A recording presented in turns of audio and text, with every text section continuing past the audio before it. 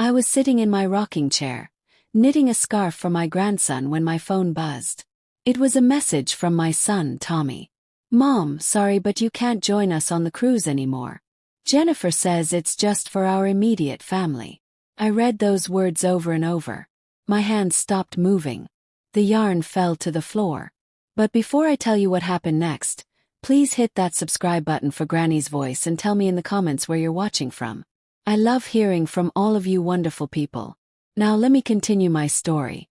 That morning started so differently. I woke up excited because in 3 days, we were supposed to go on a big boat trip together.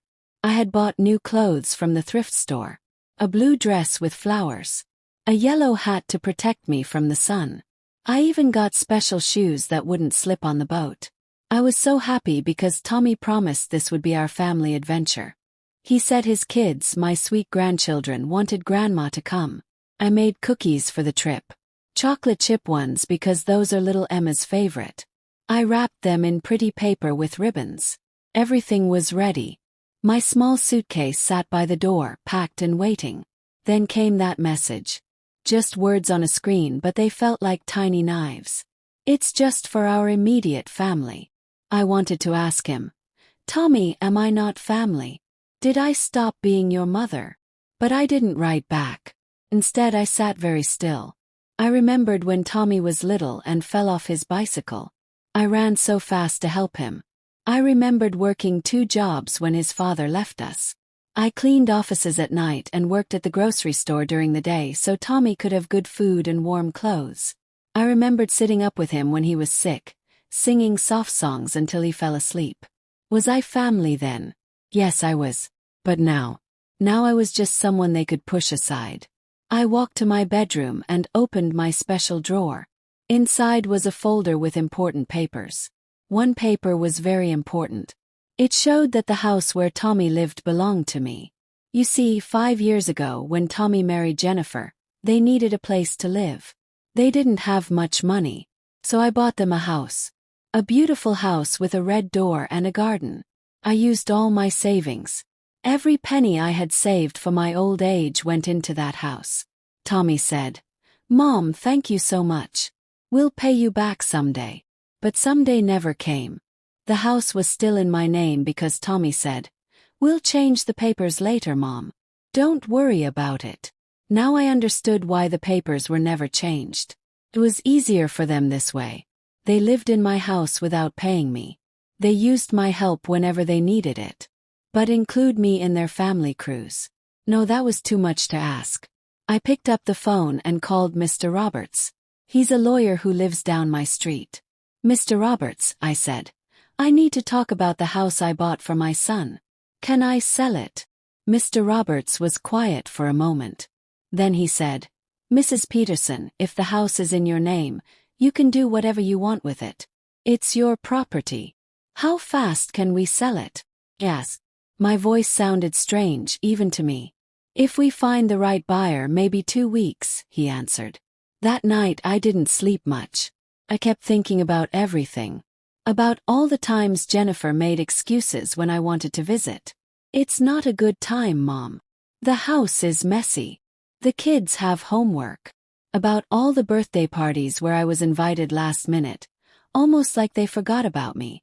About last Christmas when they gave me a gift card to a store instead of something from their hearts. About the times I babysat Emma and Jack for whole weekends, but when I asked them to help me move some furniture, they were always too busy. I wasn't being mean by thinking these thoughts. I was finally seeing the truth. To them I was useful. Like a tool they could pick up when needed and put away when done. The next morning I called my friend Susan. She sells houses for people. "Susan, I need your help," I said. "I want to sell Tommy's house quickly." Susan knew something was wrong because my voice was shaking. "Oh honey, what happened?" she asked. "I'll explain later. Right now, I just need to sell that house fast." Susan is a good friend. She didn't ask more questions. "Let me make some calls," she said. "I know a couple looking for a house in that neighborhood." 3 hours later, Susan called back. "I have buyers. They want to see the house tomorrow. They have cash ready." Cash meant quick. Cash meant no waiting. Cash meant freedom. Set it up, I told her. I have a key. I drove to Tommy's house the next day.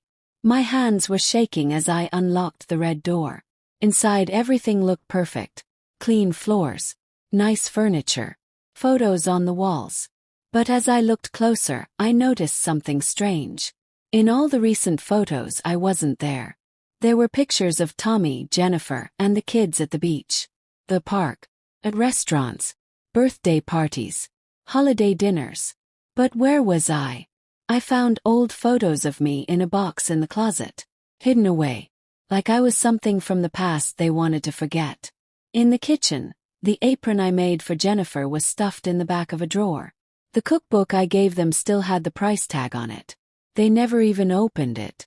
Every room showed me the same truth. I was being erased from their life, little by little.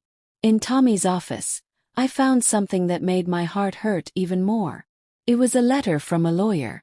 The letter was dated 3 months ago. It talked about transferring the house from my name to Tommy's name. They were planning to take the house from me. Not ask me. Not discuss it with me. Just take it.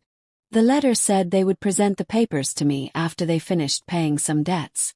But I had already paid off the entire house last month. I used money from my retirement account. Money I was saving for my future. And they knew it. They were just waiting for the right moment to ask me to sign the house over to them. Or maybe they weren't even going to ask. Maybe they were just going to pressure me into it. The young couple who wanted to buy the house arrived an hour later. Their names were Mike and Rachel. They were teachers. They had a baby on the way. When they walked through the house, their eyes lit up. "This is perfect," Rachel said, touching her growing belly. "Our baby will love the backyard." Mike nodded. "We've been looking for months. This is exactly what we need." They made an offer right there. They offered more money than the house was worth because they loved it so much. "We can pay cash in 1 week," Mike said. "We want to move in as soon as possible." I looked at Susan. She nodded. "This is a very good offer, Margaret." "I'll take it," I said.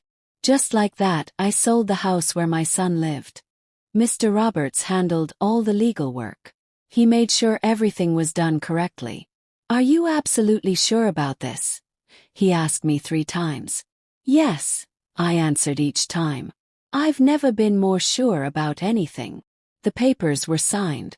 The money went into my bank account. Mike and Rachel would get the keys in 10 days. That was 1 day before Tommy's cruise ended. Perfect timing. But I didn't want to just disappear without explanation. That would be too easy for them. So I sat down and wrote a letter. Not a long one. Just enough to make them understand. "Tommy and Jennifer, the house you've been living in has been sold. It was always mine, as you knew. I paid for every bit of it with my retirement money. When you told me I wasn't family enough for your cruise, I finally understood my place in your life. I was convenient. Nothing more." I continued writing. "Your belongings are in a storage building on Oak Street. Paid for 3 months. After that, you'll need to pay for it yourself. The key is with Mr. Roberts. His phone number is at the bottom of this letter. Don't try to find me. I'm going away to live my own life now. Just like you wanted to have your cruise without me, I want to have my life without being treated like I don't matter. Maybe someday you'll understand what you did. Maybe you won't. Either way, I need to take care of myself now. Goodbye, Mom." I put the letter in an envelope. I left it on their kitchen table where they would see it first thing when they came home. The next few days were busy. I hired movers to pack all of Tommy's things and take them to storage. I paid them extra to work fast. Every box, every piece of furniture, every toy and book went into that storage building. Kept nothing. When the house was empty, I went there one last time. I walked through the empty rooms. My footsteps echoed. The walls were bare. The floors were swept clean. This house had represented my love for my son. But love shouldn't hurt this much.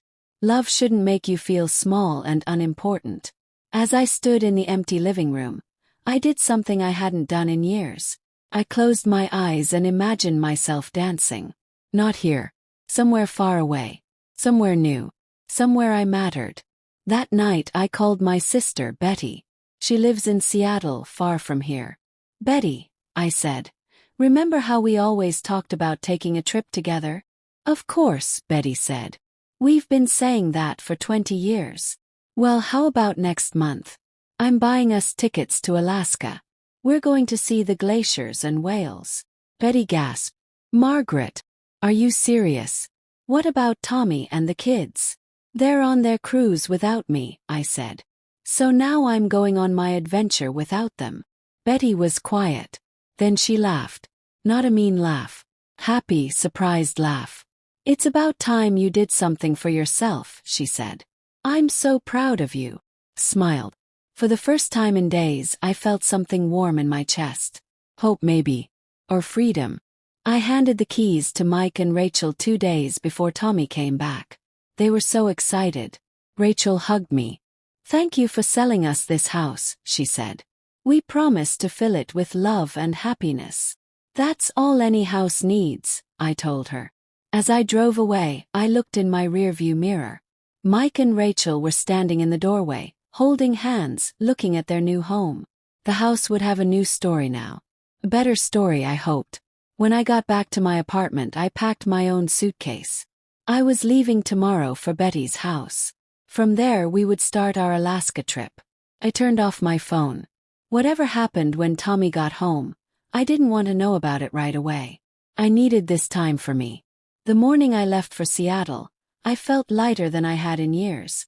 Like I had been carrying heavy rocks in my pockets and finally emptied them out. At the airport, I bought a magazine and a coffee. Fancy coffee with foam and cinnamon. I never bought fancy things for myself before. It always seemed wasteful. But now I was going to enjoy little treats. I deserved them. On the airplane, I sat by the window. As we flew above the clouds, I thought about my life. I was 68 years old. For so many years, I lived only for Tommy. I worked hard so he could have a good life. I sacrificed my dreams so he could chase his. But where did that get me? A text message saying I wasn't family enough.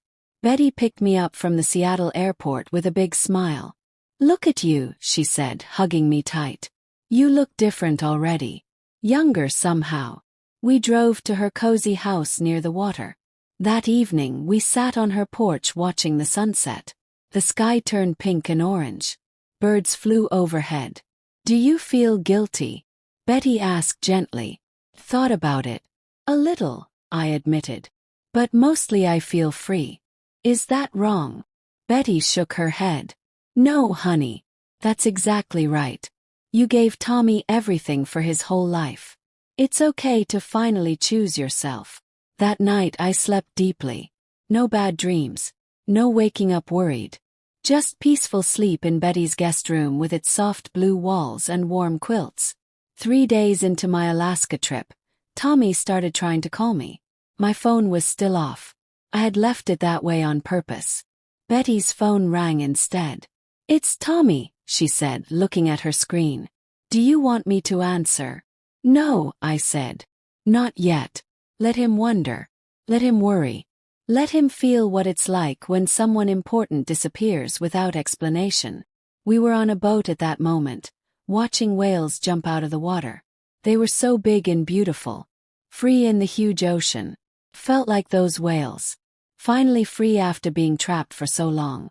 The other people on the boat were taking pictures and laughing. Betty and I held hands and just watched in silence. This moment was perfect. I didn't need photos to remember it. I just needed to feel it.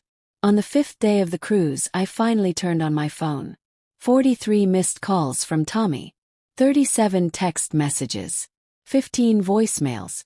I didn't read or listen to any of them. Not yet. But I did send one text message. Tommy. It said simply, I'm fine. Don't look for me. I need time alone. I'll contact you when I'm ready. Then I turned the phone off again. Betty saw my face. How do you feel? She asked. Strong, I said. And I meant it. The next week was magical. Betty and I saw bears catching fish in rivers. We walked through forests so old and tall they seemed to touch the sky. We ate fresh salmon and laughed until our stomachs hurt. We stayed up late talking about our childhood, our dreams, our regrets. Betty told me about her life choices, and I told her about mine. One night, Betty said something that stuck with me. "Margaret, you know what your problem was. You confused love with servitude. You thought being a good mother meant erasing yourself completely. But that's not love. That's just disappearing." Her words made me cry. Not sad tears. Understanding tears. She was right. I had made myself smaller and smaller, trying to fit into whatever space Tommy and Jennifer left for me. But people aren't supposed to shrink themselves. We're supposed to grow and bloom and take up space in the world. "I'm not going to be small anymore," I told Betty. "Good," she said, squeezing my hand.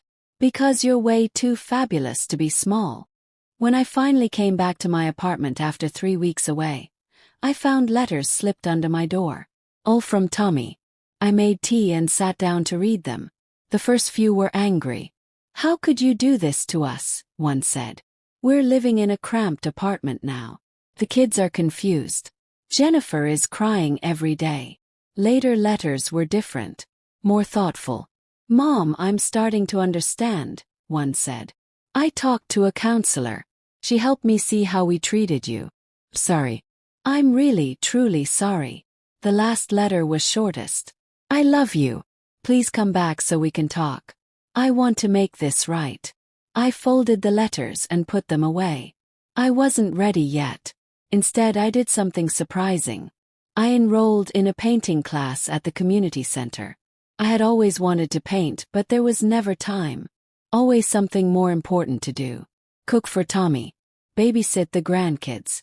Clean someone else's house. But now I had time. The class was on Tuesday and Thursday mornings. Our teacher, Mrs. Chen, was a tiny woman with paint-stained fingers and a huge smile. "Art is not about being perfect," she told us on the first day. "Art is about expressing what's in your heart." I painted my first picture that day. It wasn't very good. The colors ran together. The shapes were wobbly. But it was mine. Created it. And that felt wonderful.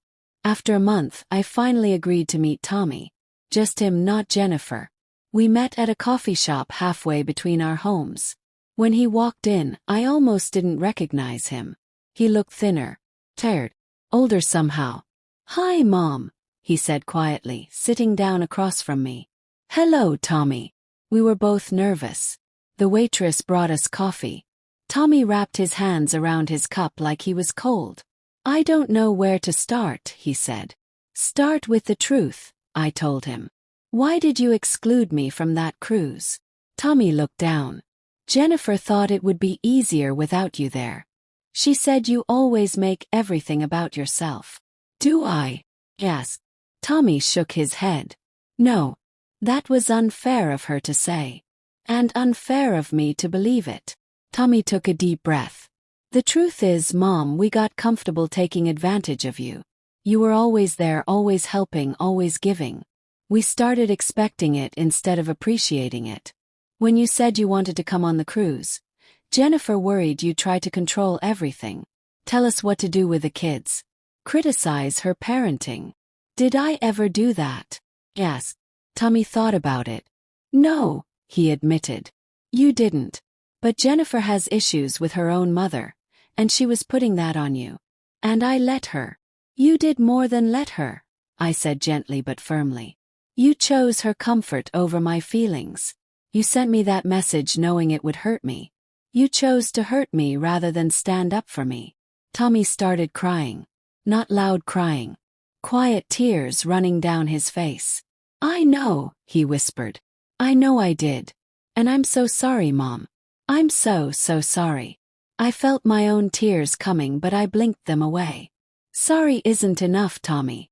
Sorry doesn't fix years of being treated like I'm not important." "What can I do?" he asked. "How can I make this right?" "You can't," I said honestly. "You can't go back and undo the hurt.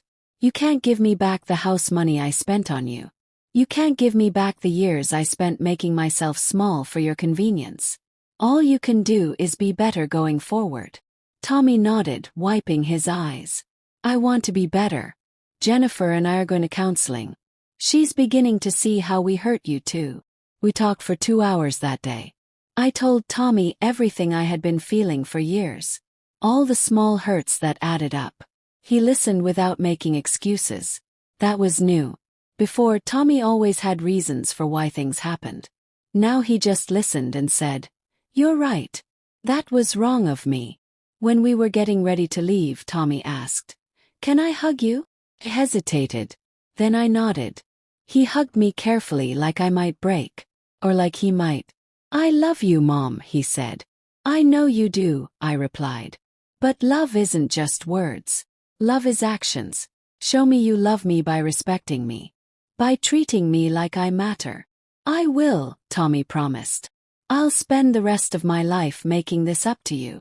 Over the next few months, things slowly changed.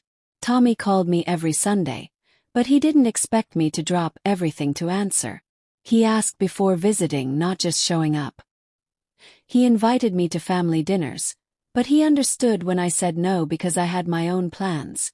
Jennifer wrote me a long letter apologizing. She explained about her difficult relationship with her own mother and how she unfairly compared me to her. It was honest and painful to read. I wrote back saying I appreciated her honesty and that we could start fresh, but it would take time to rebuild trust.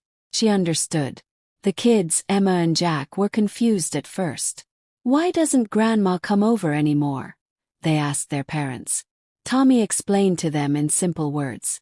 Grandma needed time for herself because we didn't treat her nicely. We made her feel like she wasn't important. Now we're learning to be better, and Grandma is doing things that make her happy. I started seeing Emma and Jack every other Saturday. Just me and them. We went to the park. We made cookies together. We read books. But at the end of the day, they went home to their parents, and I went home to my quiet apartment. And that felt right.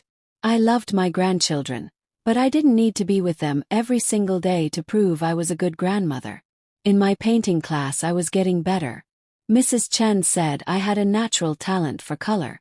My pictures were hanging on my apartment walls now. Bright, happy pictures that made me smile. 6 months after selling the house, I ran into Jennifer at the grocery store. We both stopped surprised. "Hi, Margaret," she said nervously. "Hello, Jennifer." We stood there awkwardly for a moment. Then Jennifer said, "Your hair looks nice. Did you cut it?" I had. Shorter and with some highlights. Betty convinced me to try a new style.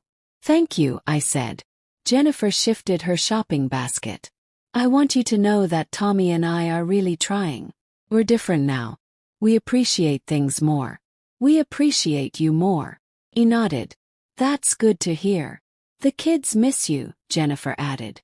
"They ask about you all the time." "I miss them too," I admitted. "But I like our new arrangement. It's better this way." Jennifer looked like she wanted to say more, but she just nodded. "Well, I should go. Goodbye, Margaret." As I watched her walk away, I felt something surprising. Not anger. Not satisfaction. Just a calm acceptance. Our relationship would never be what it was before. But maybe that was okay. Maybe before wasn't actually good. It was just familiar. That night I video called Betty. "Guess who I saw today?" I told her the whole story. Betty laughed. "Look at you handling awkward situations like a boss. I'm proud of you, sis." "I'm proud of me too," I said. And I meant it. The old Margaret would have apologized for existing. Would have rushed to make Jennifer comfortable. This new Margaret just existed peacefully, without apology. Felt powerful. My painting teacher, Mrs. Chen, announced that our class would have an art show at the community center. We could each display 3 paintings. I was terrified. What if people thought my art was silly? What if no one liked it? But I chose my 3 favorite paintings anyway. One was of the ocean during my Alaska trip. One was of Betty's garden in Seattle. And one was an abstract piece with lots of colors swirling together, representing how I felt when I finally chose myself. The night of the art show, I wore a new dress. Green with purple flowers. Fancy earrings Betty sent me. Felt beautiful. Tommy, Jennifer, and the kids came to the show. I was surprised to see them. We wanted to support you, Tommy said. Is that okay? It's okay, I said. We walked through the gallery together. Emma held my hand. Grandma, you're a real artist, she said, looking at my ocean painting. Just like on TV. I laughed. Maybe not quite like TV, sweetie. But I'm learning. People stopped to look at my paintings. They said nice things. One woman even asked if she could buy my abstract piece. I was shocked. You want to buy my painting? Yes, she said. It speaks to me. The colors are so full of life and freedom.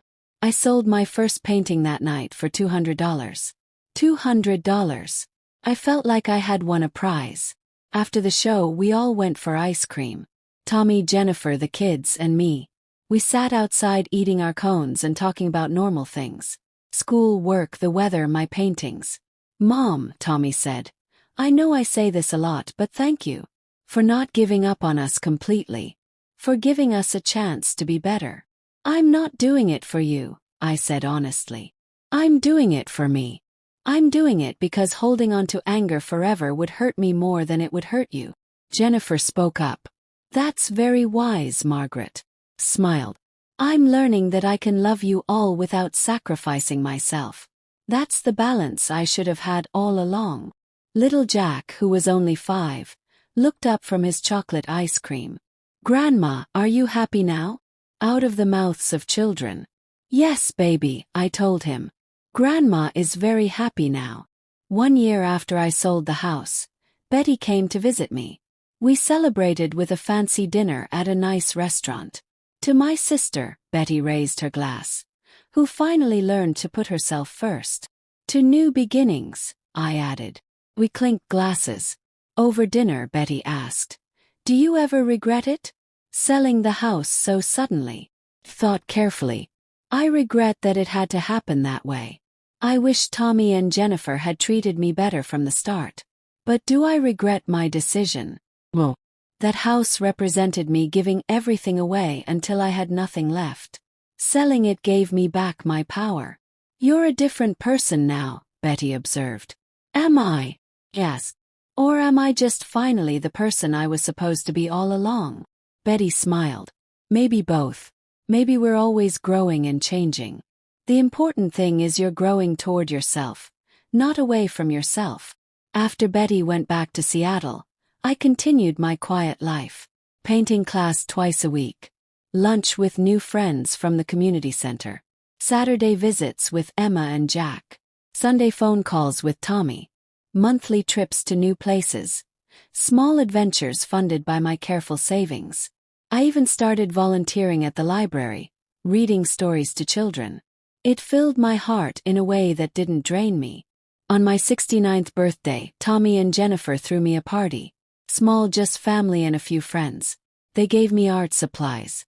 Professional ones, not the cheap ones I had been using.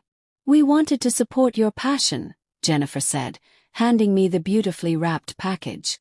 Thank you, I said, genuinely touched. As I looked around the room, I felt grateful. Not for the old days, but for these new days. Days where I was respected. Where my time was valued. Where I had space to be me. Tommy pulled me aside at one point. Mom, I need to tell you something. We're moving. My heart jumped. Moving? Where?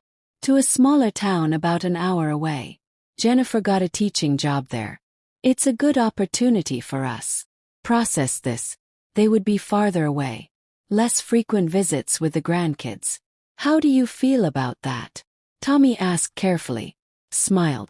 I feel happy for you. An hour isn't far. We can still see each other regularly. Tommy looked relieved. I was worried you'd be upset. The old me would have been devastated. Would have felt abandoned all over again.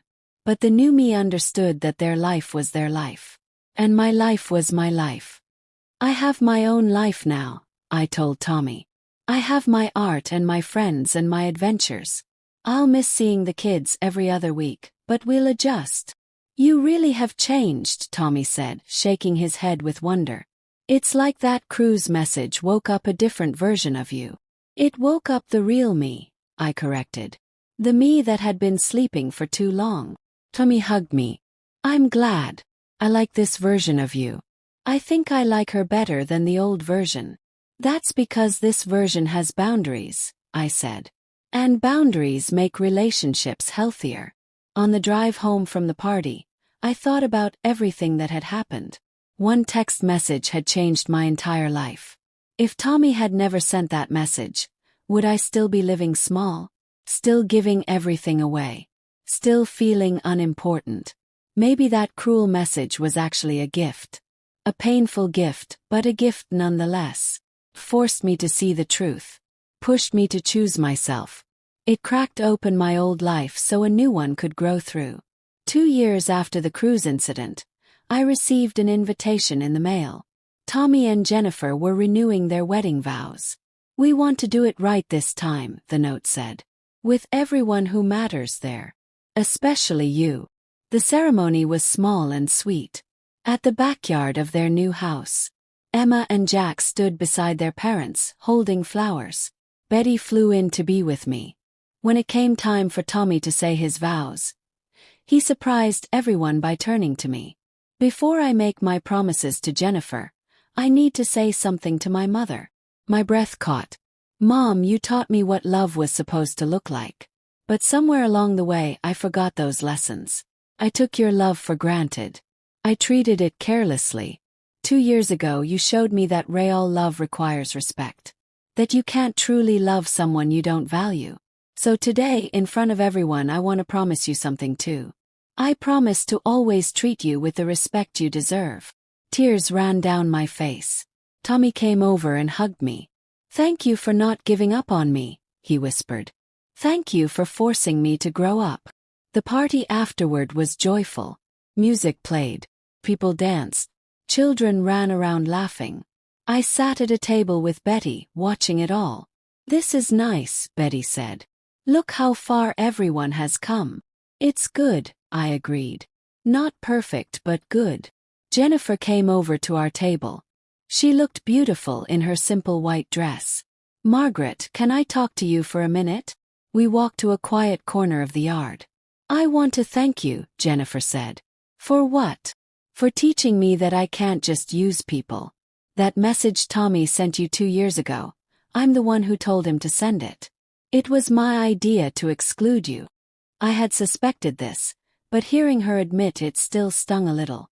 Jennifer continued, her eyes watery. I was so focused on creating my perfect family that I couldn't see I was destroying relationships in the process. My therapist helped me understand that I was repeating toxic patterns from my own childhood. I was trying to have control over everything, including who counted as family. Why are you telling me this now? Yes. Because I want you to know that what you did, selling the house and leaving, it didn't just hurt us. It woke us up. It made us look at ourselves honestly for the first time. Tommy and I are better people now. Better parents. Better partners. And that's partly because you refused to accept being treated poorly. I didn't know what to say. Jennifer wiped her eyes. I know we can't go back and fix the past. But I hope we can keep building this new future where everyone is valued. Including you. I'd like that, I said softly. We hugged. It wasn't a magical moment where everything was perfect. There was still awkwardness, still healing to be done. But it was a step forward. Later, as the sun set and fairy lights twinkled in the trees, I danced with Emma and Jack. They giggled as I spun them around. Grandma, you're the best dancer, Emma declared. I learned from the best teacher, I told her. Who? Life, I said. Life taught me that it's never too late to start dancing. The next few years passed peacefully. I continued painting and eventually had a small showing at a local gallery. Tommy and his family visited once a month, and I visited them just as often. We had dinner together, celebrated holidays, supported each other through difficult times. But the difference was balance. I wasn't giving everything anymore. I was sharing my time, my love, my energy, but also keeping enough for myself. On my 71st birthday, I did something special. I took a trip to Italy, all by myself. For 3 weeks, I wandered through old cities, ate amazing food, and painted the beautiful landscapes. Betty wanted to come, but I said no. This one is just for me, I explained. She understood. In Italy, I felt completely free. Nobody knew me there. I wasn't anybody's mother or grandmother. I was just Margaret, a woman painting in cafes and walking through ancient streets. One afternoon in Florence, I sat by a fountain sketching the pigeons. An old Italian man sat beside me. "Bella," he said, looking at my drawing. "Beautiful." We couldn't speak each other's language well, but we shared a pastry and smiled at each other. It was a simple moment, but it filled me with joy. This was what life could be. Simple moments of connection without obligation. Without history. Just human beings being kind to each other. When I returned home, I had a suitcase full of paintings and a heart full of peace. Tommy picked me up from the airport. "How was Italy?" he asked, carrying my bags. "Perfect," I said. "Absolutely perfect." In the car, Tommy told me about their lives. Jack had joined soccer. Emma was learning piano. Jennifer got a promotion. Normal family updates. But he didn't demand anything. Didn't ask me to babysit or help with something. Just shared news like friends do. "I'm proud of you, Mom," Tommy said as we pulled up to my apartment. "Why?" "Because you went to Italy alone. Because you're living your life fully. Because you taught me that parents are people too, not just servants to their children." His words touched me deeply. "Thank you, Tommy. That means everything." My painting teacher, Mrs. Chen, retired the next year. The community center asked me if I wanted to teach the beginner class. "Me, teacher. You've grown so much as an artist," the director said. "And more importantly, you understand the journey of finding yourself through art. That's what we want to share." Said yes.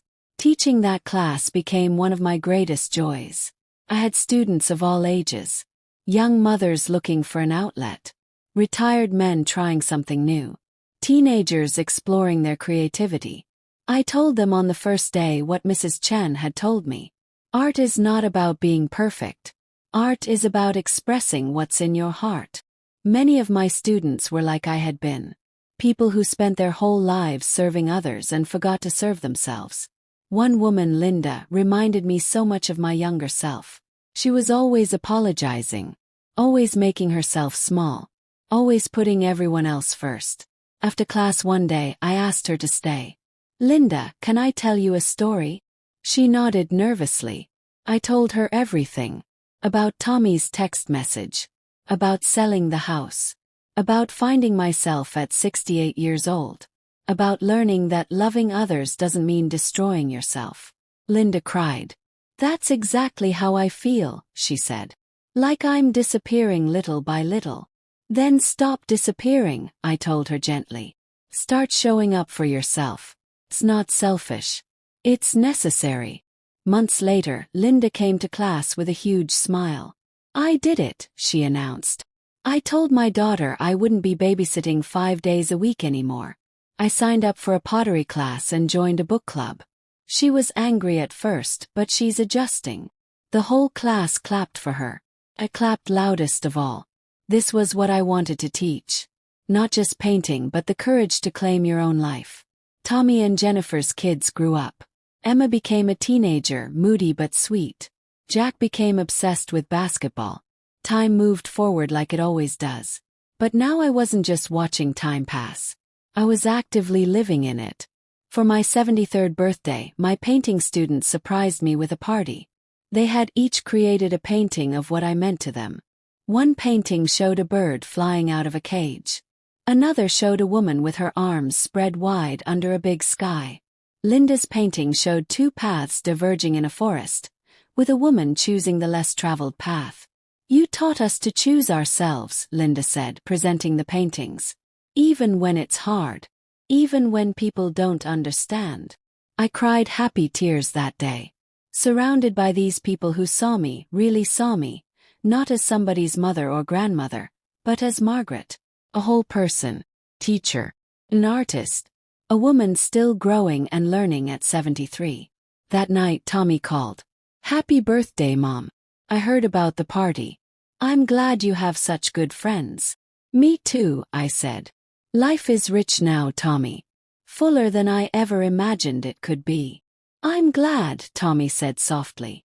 You deserve all the happiness in the world. After we hung up, I looked around my small apartment. Paintings covered every wall. Books stacked on tables. Photos of my travels. A calendar marked with art classes, lunch dates, museum visits. This was my life now. Small but full. Simple but meaningful. I thought back to that day at my rocking chair when I received Tommy's text message. That day felt like a lifetime ago. That Margaret was a different person. Smaller. Quieter. Invisible. This Margaret took up space. Had opinions. Said no when she needed to. Said yes when she wanted to. This Margaret mattered. Not because of what she did for others but because she existed.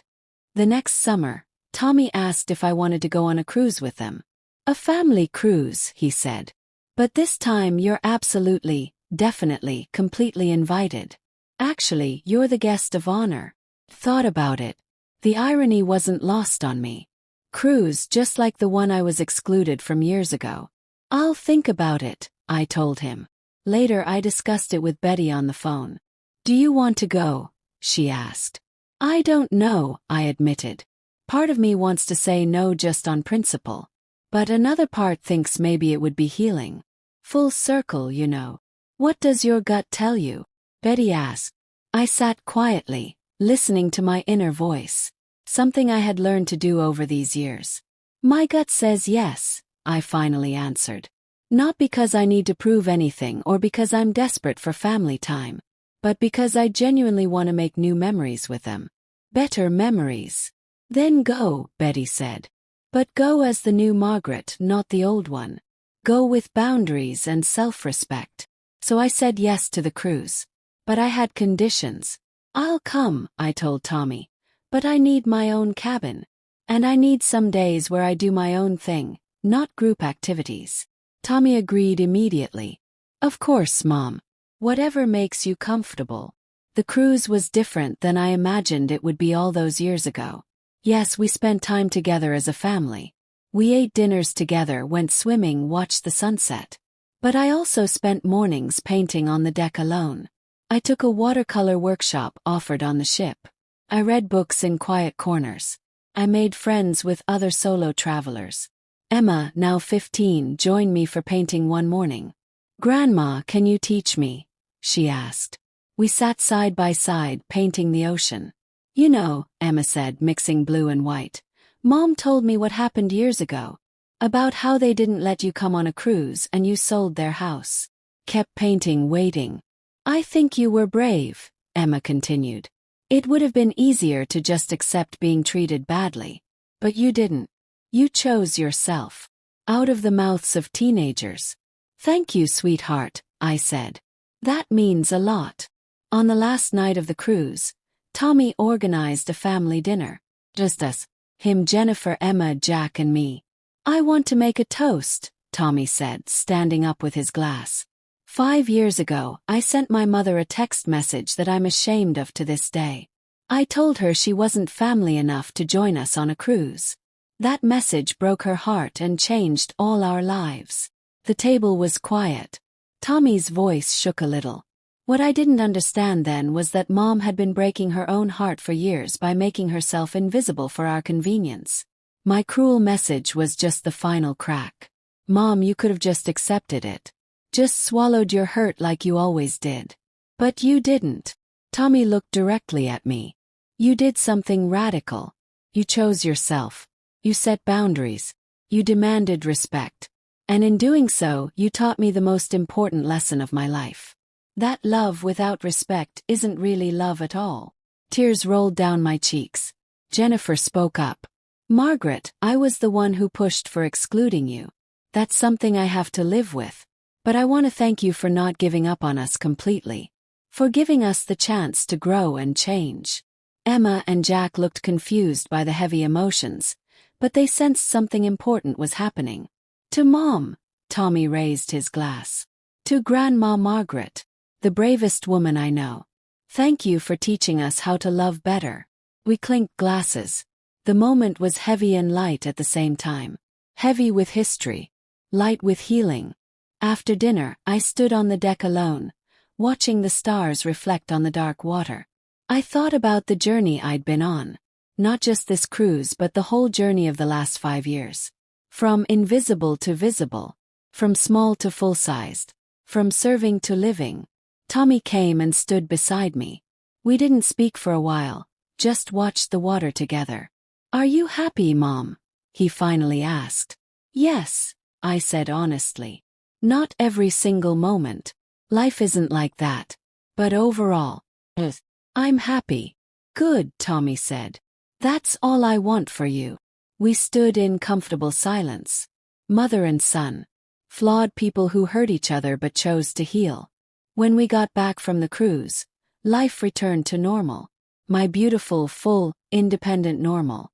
Teaching my art class. Lunch with friends. Monthly visits with Tommy's family. Weekly calls with Betty. Small trips to new places. At 74 years old, I was living more fully than I had at any other age. One afternoon while teaching my class, a new student raised her hand. "Mrs. Peterson, how did you become so confident? I want to be like you when I'm older." Smiled. I wasn't always confident. For most of my life I was scared. Scared of disappointing people. Scared of being alone. Scared of choosing myself. "What changed?" she asked. I thought about my answer carefully. "Pain changed me," I said honestly. Sometimes pain is a teacher. It shows you what you've been accepting that you shouldn't accept. It pushes you to finally choose yourself, even when it's hard. The student nodded thoughtfully. After class, I walked home slowly, enjoying the spring weather. Flowers bloomed in gardens. Children played in yards. Life continued its beautiful, messy cycle. At home, I made tea and sat on my small balcony. I opened my journal, something I started keeping after selling Tommy's house. I wrote, "Today I am grateful. Grateful for the text message that broke my heart because it forced me to wake up. Grateful for the courage to sell that house and choose myself. Grateful for Italy and Alaska and painting and new friends." I continued writing. Grateful for Tommy's growth. For Jennifer's honesty. For Emma and Jack's love. Grateful for Betty's constant support. Grateful for Mrs. Chen who taught me to paint. Grateful for every moment of this beautiful, hard-won life. I closed the journal and sipped my tea. The sun was setting, painting the sky orange and pink. Tomorrow I would teach my class. Next week I would have dinner with Tommy's family. Next month Betty was visiting. In 3 months I was going to New Mexico to paint the desert. My calendar was full, but not overwhelming. Full of things I chose. Things that brought me joy. Things that were mine. This was what freedom felt like. Not revenge, though that's how it started. Freedom. Sometimes students or friends asked me if I regretted being so harsh with Tommy and Jennifer. Selling their house seems extreme, they'd say. I always answered the same way. Maybe it was extreme. But sometimes extreme situations require extreme responses. I don't regret it. That decision gave me back my life. And it was true. I didn't regret it. Not for a single moment. Yes, it hurt people I loved. Yes, it was shocking and painful. But it was necessary. Like surgery. Like cutting away something toxic so healthy tissue can grow. Tommy and Jennifer were better people now. Better parents. More aware. More grateful. And I was fully alive for the first time in decades. How could I regret that? On my 75th birthday, I did something special. I organized my first solo art show. Not at the community center. At a real gallery downtown. I invited everyone important to me. Betty flew in. Tommy and his family came. My art students. My friends. The gallery was packed. 50 paintings covered the walls. Paintings of my travels. Abstract pieces about emotions. Portraits of people I loved. Landscapes of places I'd been. The gallery owner gave a speech. Margaret Peterson started painting at 68 years old. She proves it's never too late to discover your passion.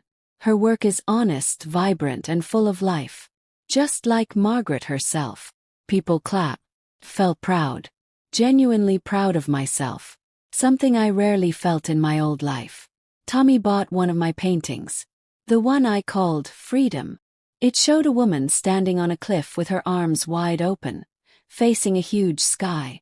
"I want to hang this in our living room," Tommy said. "So I never forget the lesson you taught me." Several other paintings sold that night too. At 75, I was a working artist. Not famous, not rich, but working, creating, contributing, being seen. After everyone left, I stood alone in the gallery looking at my paintings. Each one told a story. Stories of pain and healing, of courage and growth, of ending and beginning. The gallery owner approached me. "Margaret, that was a wonderful show. Would you be interested in teaching a workshop here next month?" "I'd love to," I said. Life kept unfolding, kept surprising me, kept offering new opportunities. All because I finally said no to being invisible. All because one cruel text message woke me up. Sometimes the worst things that happen to us become doorways to the best things. That text message was my doorway. Walking through it was terrifying. But on the other side was a life I never imagined possible. A life where I mattered, where I was seen, where I was whole. Now, as I approach my 76th birthday, I can honestly say I have no regrets. My relationship with Tommy is healthier than it's ever been. My grandchildren respect me. I have my own life, my own friends, my own passions. And most importantly, I have myself. The woman who sat in that rocking chair 5 years ago reading that terrible text message feels like a stranger now. I barely recognize her. That woman was so small, so afraid, so willing to disappear. This woman takes up space, says what she thinks, chooses herself without guilt. This woman paints and travels and teaches and laughs. This woman is fully alive. And it all started with the worst message I ever received. Plans changed. "You're not coming on the cruise. It's for family only." Those words broke me open. And through that breaking I found myself. So if you're reading this or hearing this story, and you're feeling invisible in your own life, let me tell you something important. It's never too late to choose yourself. Never too late to set boundaries. Never too late to demand respect. Never too late to start living instead of just existing. Might be scary. People might be angry. Things might fall apart temporarily. But on the other side of that fear is freedom. Real, beautiful, terrifying freedom. You deserve to take up space. You deserve to matter. You deserve to be seen. Not someday. Not when you've earned it. Right now. Exactly as you are. Thank you for listening to my story. This is Margaret Peterson, reminding you that family isn't just the people you're related to. Family is the people who treat you like you matter. And the most important family member you have is yourself. Don't abandon yourself trying to keep others happy.